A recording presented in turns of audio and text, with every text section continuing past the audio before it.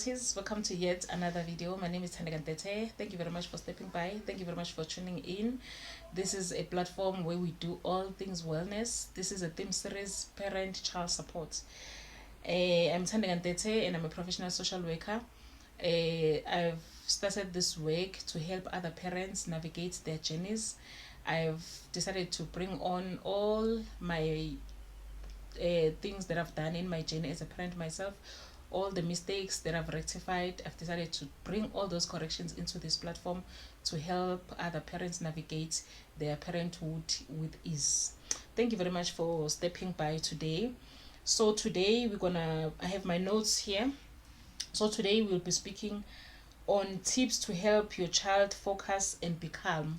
It is very much important, relatives, to make sure that your child is focused and calm when they do their activities, when they do their homeworks, when they interact with other people inside the home.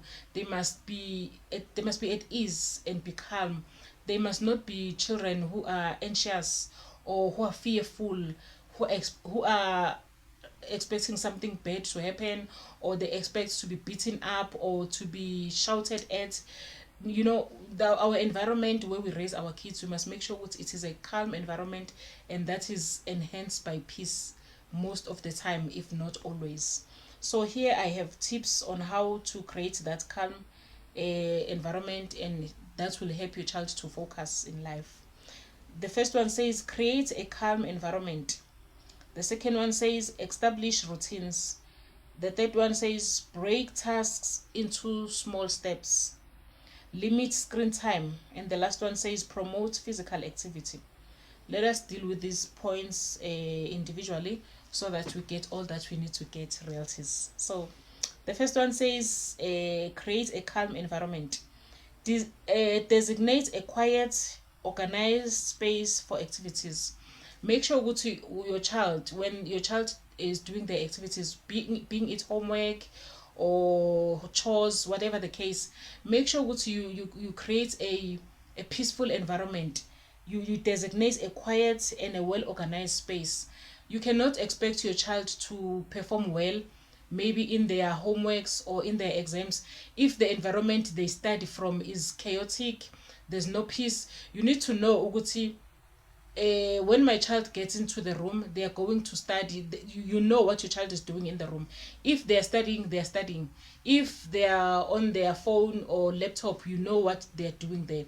So in you creating a quiet and a calm space, the space that has tranquility, it means you preparing your child as they study. If they are studying, if it's time for study, if they study in a peaceful and a tranquil environment, that will benefit your child when it's time for exams, or maybe they're studying today, tomorrow they're writing exams. That environment will enhance how they write their exams, because the environment they studied from was peaceful. There was no distraction.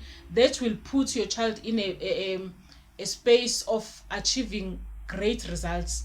Whether they are studying for exam or they're doing their homeworks, whatever that your child is doing, make sure that they do that in a calm and a tranquil environment that is peaceful, that is enhancing what they're doing, that is adding value to what they're doing.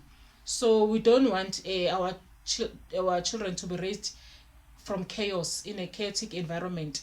They cannot thrive if their environment is not calm. They will not be able to focus and put in and do their best when time comes, realities. The second one says establish routine. Consistent schedules help kids to feel secure and focused. You must have, as I said, we must have boundaries at home. Boundaries help, it helps us to have a good schedule. A schedule is what you would design for your child, which maybe when they come back from school, the first hour they're just relaxing and not studying. The second hour maybe they're doing their routines, what they usually do when they come back from home. It can be chores, it can be homeworks, it can be them polishing their shoes, ironing their uniform. Maybe the third hour is just relaxation. They spend time with the family, they watch TV, whatever that we are watching together, spending time with everyone as a family. This is an example of a schedule. So if you have a consistent schedule, a royalties for your child, that will minimize chaos from your child. That will help your child to work efficiently. They will, each and every day will be efficient for them. They will do what they're supposed to do, and they will invest time in doing the right things, because now there are boundaries and there's also a schedule. What is my child expected to do when they come back from school, or just an ordinary day, maybe it is weekend, what are they expected to do? And in that schedule, do not shorten their time for self-expression, for playing with other kids. So your schedule must also encompass the fact that this is a child. It must not be a schedule that is more of chores, work. They must also find time to, they must have leisure time to enjoy themselves and just to be free, think what they want to think and be free in their space. So the third one says, break tasks into smaller steps, make big tasks manageable. If your child has something big to do, help the child to break that thing into smaller pieces. Let's say your child is not performing well, maybe in mathematics, physical science, and life sciences, and they need a plan to make sure they achieve good results at the end of the term. Help your child to design that timetable, and the timetable must not be overwhelming to the child. It must break the work into smaller pieces based on the topics they want to focus on. They cannot focus on a very deep topic in maths and physics and life science in the same day. So you help your child to break the work into smaller pieces. The timetable for studying cannot be 6 hours straight. Your child after school, they study 6 hours straight, 2 hours maths, 2 hours physical science, 2 hours life sciences, no breaks, nothing in between. That is a recipe for disaster and for failure. That timetable will set your child for failure. But help the child to break the work into small pieces. They can focus on a very intense topic today in maths, and then tomorrow they take a topic that is more laid back. Kanjalo. Help your child to set a limited time for topics that they want to focus on.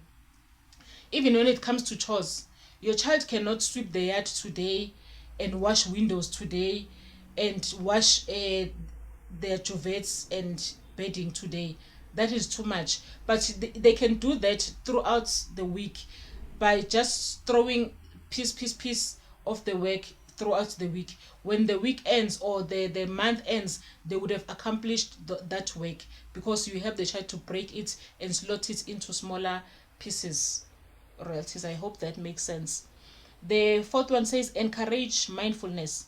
Practice deep breathing, meditation, and positive self-talk with your child. Teach your child how to be mindful. Mindfulness means they know what is going on in their world. They know what their thoughts are. They know how they're feeling, how their feelings are. They know how they feel today. They remember how they felt yesterday, and they're careful to not repeat the things that made them to feel bad. That is mindfulness, royalties. So if you practice mindfulness with your child, you help your child to be mindful of the things that they need to do in order for them to feel better. For an example, if you practice a positive self-talk with your child, maybe they will say, oh, my mom, I failed, or dad, I failed maths today. I'm so stupid. I don't know what I was thinking, or how can I do such a mistake? This is not acceptable. Help your child to understand what mistakes do happen. They must not look at themselves as a stupid person. Help your child to not say those words to themselves. And chances are, if your child speaks to themselves like that, how do you speak to your child as a parent? Because children practice what they learn from us. If you don't speak harsh words to your child, chances are that child will not learn to speak harsh words to themselves. So check the pattern. Where does that behavior comes from? If they speak bad about themselves, to themselves or to you or to their friends, where does that behavior comes from? Check how you speak to your child. And if you speak right, positivity to your child, then help your child to stop bringing negativity or speaking negatively about themselves or about other people. Model that behavior. Make sure that you help your child to come back from negativity. The second last one says limit screen time. Set boundaries around devices and reduce distraction. We spoke about setting boundaries, royalties. Limit screen time. Your child cannot watch 1 hour of from their phone. Maybe it's YouTube or Instagram. The next hour they are on TV. The next 2 hours they are on their laptop watching a movie. From there they are tired. No home. The homeworks were not done. Chores were not done. Limit screen time based on the boundaries we spoke about and the rules and the schedule that you design for your child. It will show them when they come back from school, this is the amount of time that they have for screen time, and the rest of the time will be split to chores, to this and that. Then your child will be managing their time well based on the boundaries and the schedule that you created as a parent for your child. The last one says promote physical activity. Regular exercise helps kids focus and calm down. So I've mentioned on the previous videos how much it is important for our children to go outside and play with other children. As they play, they're chasing each other, they're running, they're jumping. That is a physical activity. That is exercising indirectly. They don't understand, or they've not planned to exercise, but in a way they're exercising. Make sure to your schedule or your boundaries and schedule for your child. Do not always focus on the child being inside, washing dishes, cleaning, cooking, homeworks. Yes, that is good, but also time must be allocated for outside, for the child to go outside and to have physical activity.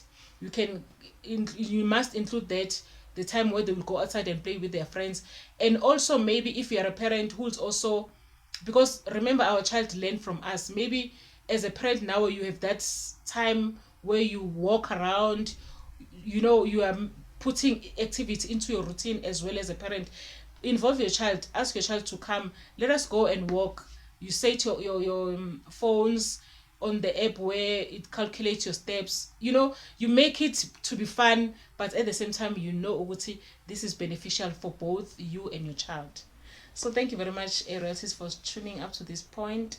We have spoken on all 6 tips, and then thank you very much for stepping by. Don't forget to comment, like, and subscribe.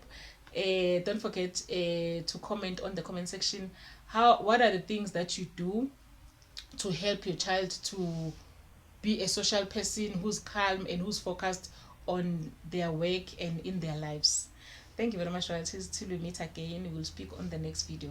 Ciao, ciao.